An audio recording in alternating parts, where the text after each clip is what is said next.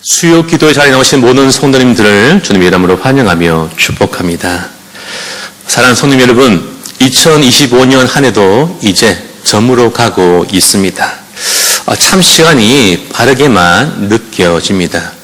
누군가 그렇게 말하지 않습니까? 10대 때는 10km로, 20대 때는 20km로, 50대는 50으로, 70대는 70km로 시간이 빠르게 흐른다라고 말합니다. 저에게는 40km 흐르는 지나는 참 빨리 시간이 간 한 해였습니다. 언제 성탄절이 다시 오나 어린아이처럼 기다리는데 마침내 내일이 성탄절이고 오늘 이 밤은 크리스마스 이브 밤이 되었습니다. 날씨가 그래서 더 그런지 모르겠지만 연말이 되면 항상 마음이 허전할 때가 있습니다. 아쉽기도 하고 마음 한켠이 헛헛하기도 합니다. 휴대폰 사진들을 쭉 내려다보면서 그래도 나름대로 열심히 살았구나라고 마음이 생각드는데 한편으로는 그런데 왜 마음이 허전할까라는 그런 생각이 들기도 합니다. 이사야 시대 백성들은 더욱더 그러하였습니다. 이사야 8장 22절입니다. 땅을 굽어보아도 환난과 흑암과 고통의 흑암뿐이니 그들이 심한 흑암 가운데로 쫓겨 들어가리라 라고 말씀하고 계십니다. 전쟁과 정치적인 혼란으로 먹고 사는 문제와 앞이 보이지 않는 불투명한 미래. 그래서 성경은 그들을 가리켜 흑암에 행하던 백성, 사망의 그늘진 땅에 거하던 자라고 부르고 있습니다. 그런데 오늘 말씀은 그 어둠을 외면하지 않으시고 그 어둠의 중심으로 한복판으로 빛이 찾아오신다라고 말씀하고 있습니다.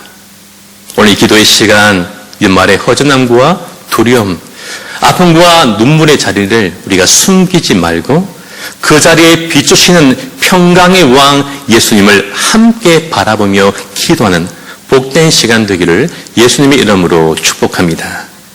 오늘 말씀을 통하여서 함께 우리 은혜를 나눌 때 첫 번째는요, 전에 고통받던 자에게는 흑암이 없을 것입니다 라는 은혜입니다.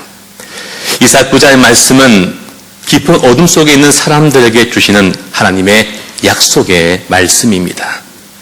이사야 시대의 북이스라엘은 이미 아수르에 의해서 무참히 짓밟혀 버렸고 남유다도 전쟁의 위협과 정치적인 혼란 속에서 흔들리고 있었습니다.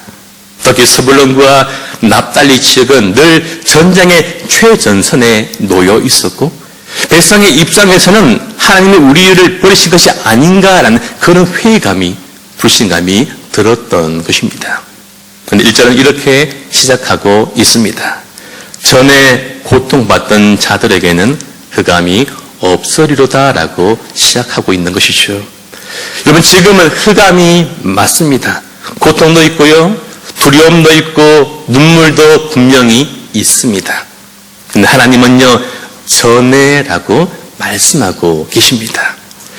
지금 너 앞에 있는 이 흑암, 네가 겪고 있는 고통이 너희 인생의 마지막이 아니야.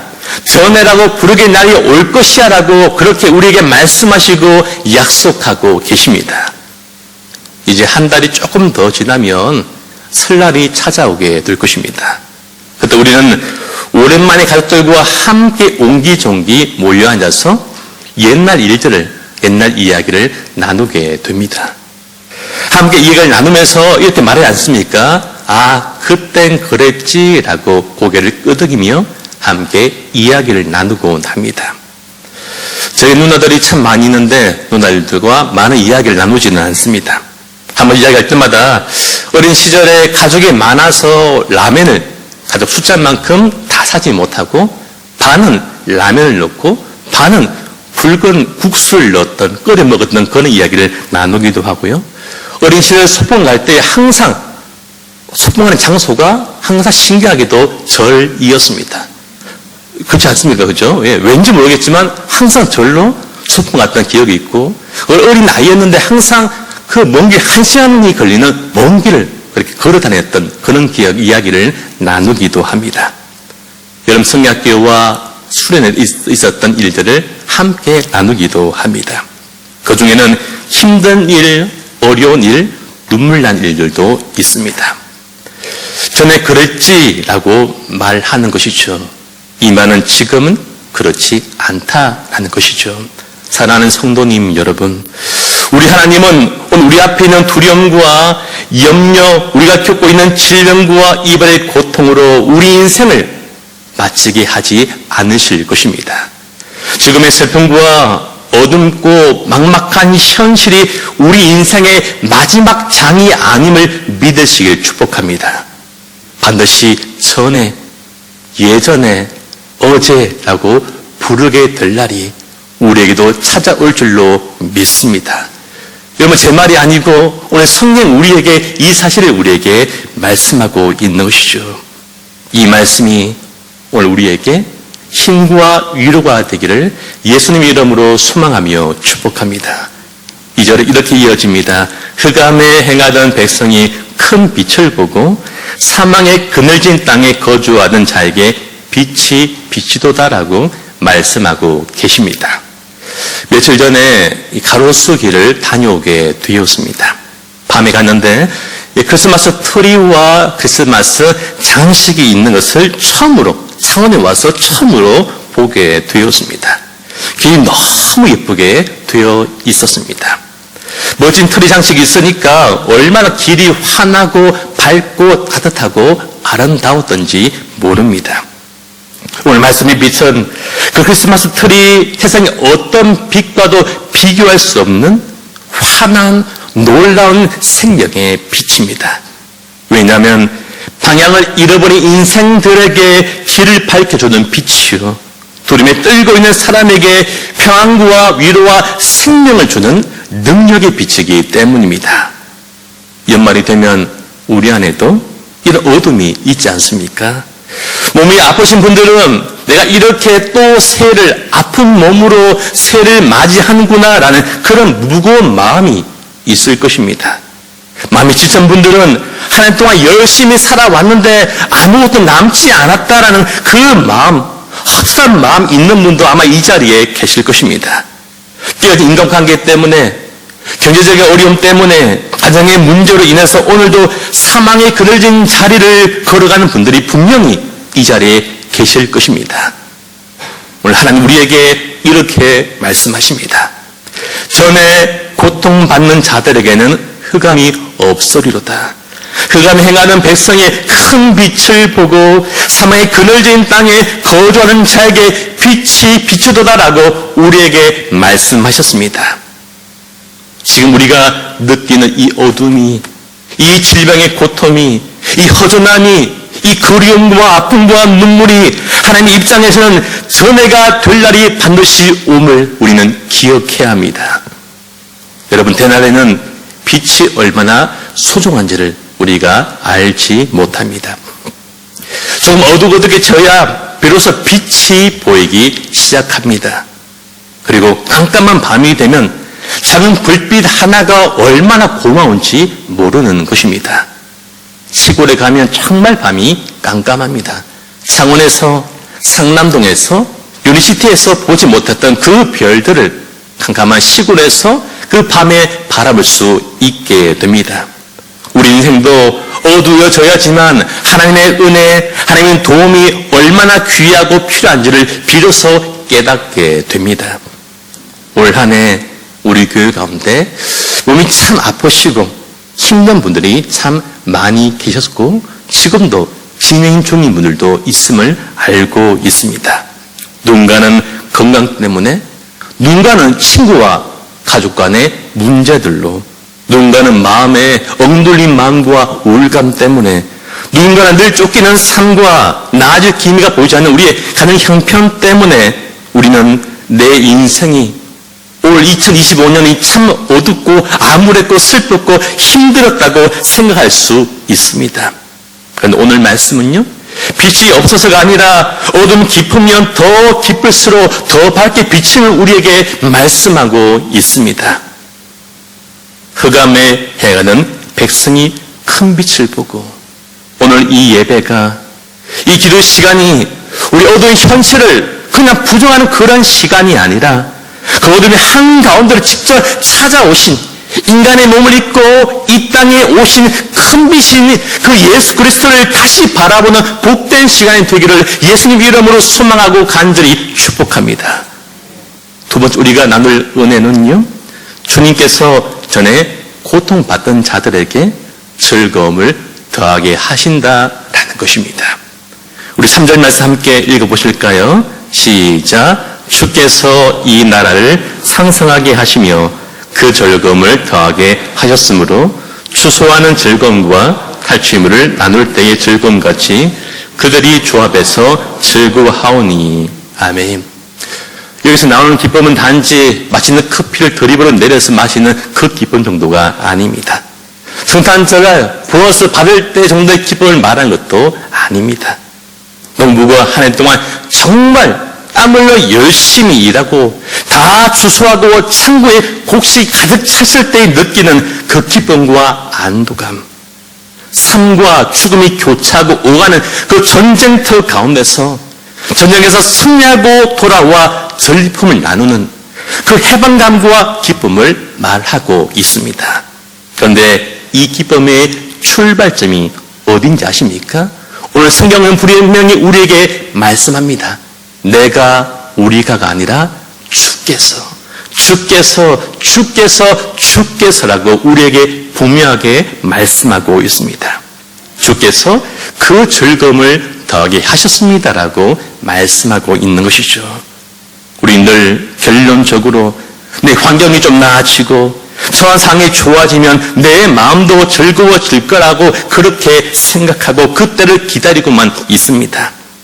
병이 나으면 기쁘고 문제가 해결되면 감사할 것 같고 미련이 편안해지면 찬송이 나을 것 같습니다. 물론 그런 기쁨도 있을 것입니다. 그러나 이사야가 말하는 이 기쁨은 상황이 만든 기쁨이 아니라 주께서 더하신 기쁨을 우리에게 말씀하고 있는 것입니다. 4절은 그 이유를 우리에게 이렇게 말씀하는데요. 함께 읽도록 하시겠습니다. 이는 그들이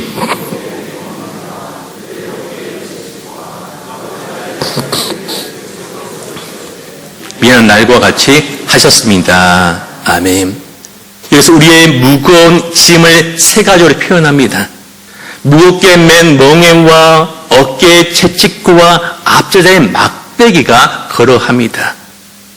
우리를 짓누르는 것은요, 중력만이 아닙니다.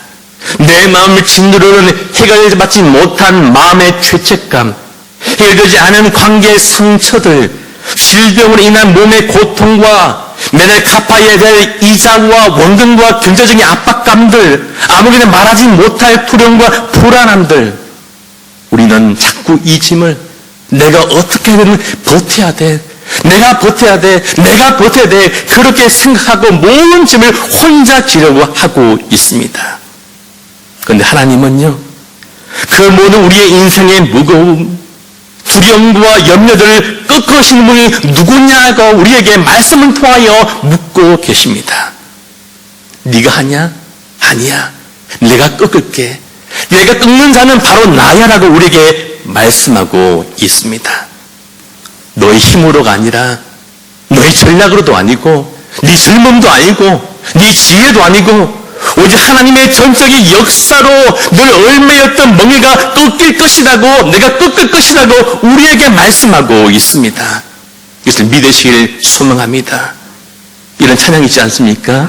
괴로울 때 주님의 얼굴 보라, 평화의 주님 바라보아라, 세상에서 시들린 친구들아 위로의 주님 바라보아라. 2절에 이렇게 고백합니다. 힘이 없고 내 마음 연약할 때 능력의 주님 바라보아라. 주의 이름 부르는 모든 자는 힘주시고 늘 지켜주시리. 눈을 들어 주를 보라. 내 모든 염려 주께 맡겨라. 슬플 때에 주님의 얼굴 보라. 사랑의 주님 안식 주리라. 여러분 괴로울 때 주님 얼굴을 바라보시길 바랍니다. 주 이름을 부르십시오. 모든 염려를 주께 맡기십시오.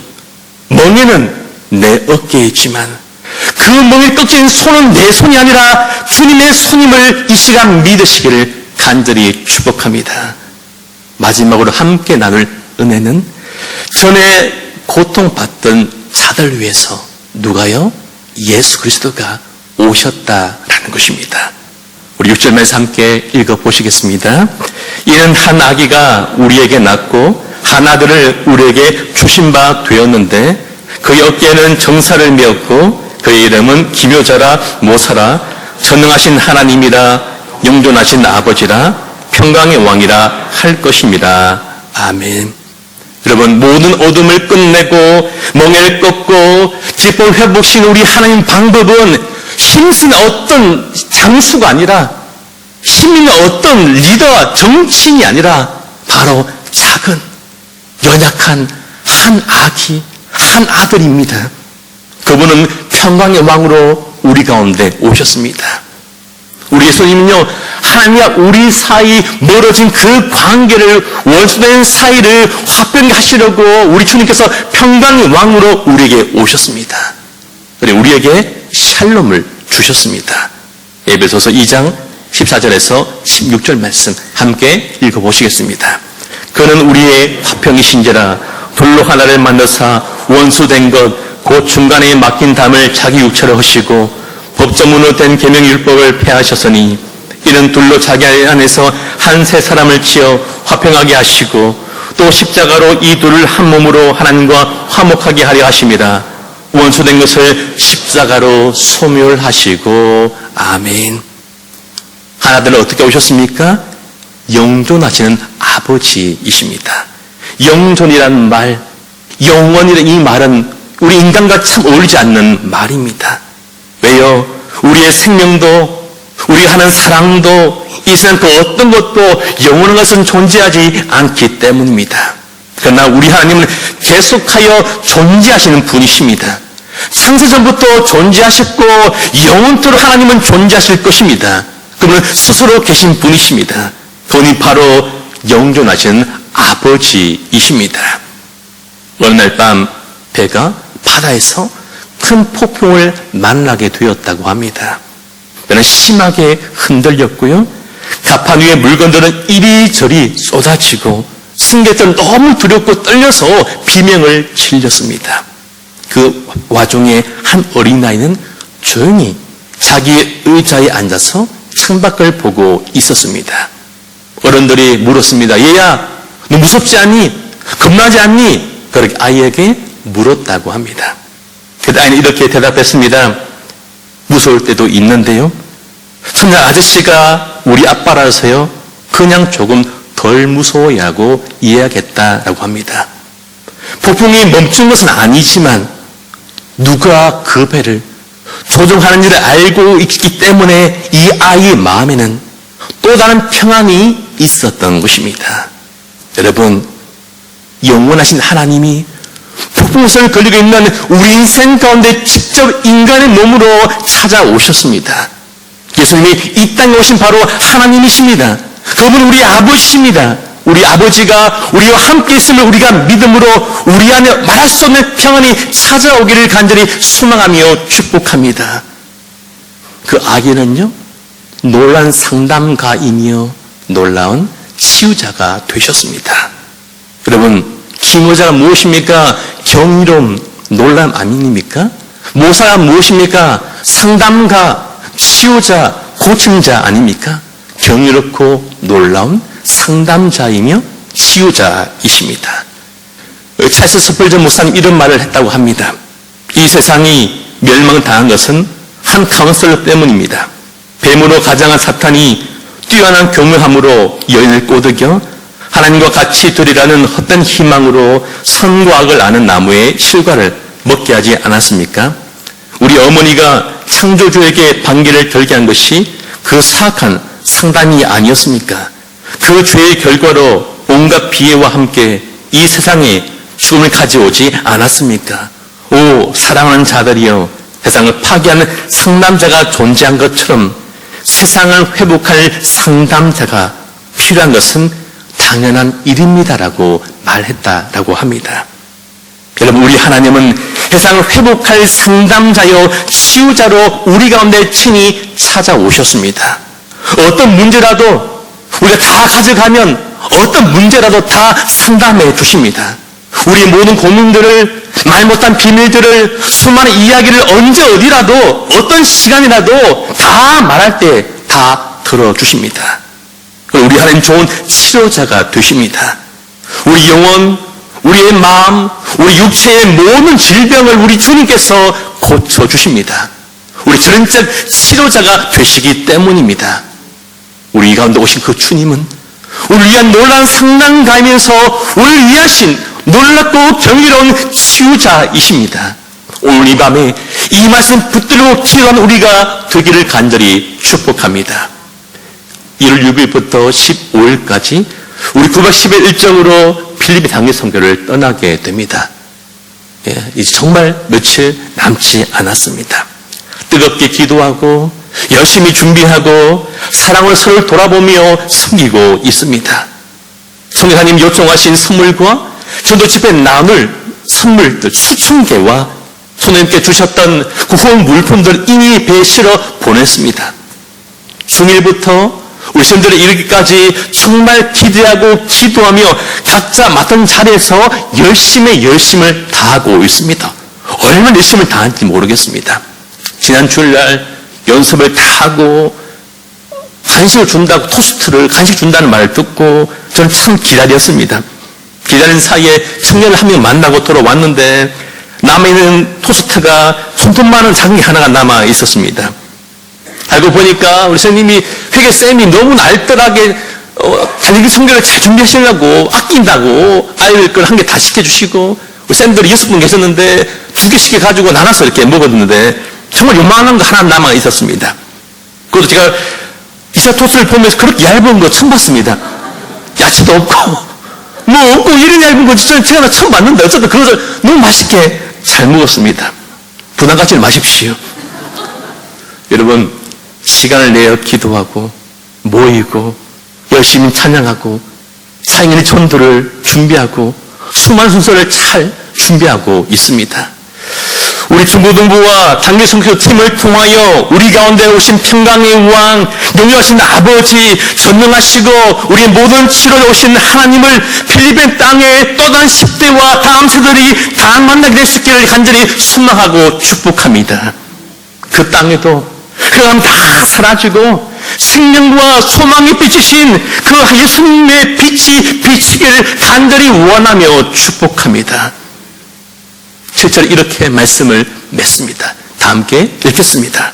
그 정서와 평강이 더함이 그의 나라에 군림하여 그 나라를 굳게 세우고 지금 이후로 영원히 정의와 공의로 그것을 보존하실 것이라. 만군의 여호와 열심히 이를 이루시리라. 아멘. 우리 두 가지 읽고 기억해야 됩니다. 영원토록이라는 말입니다.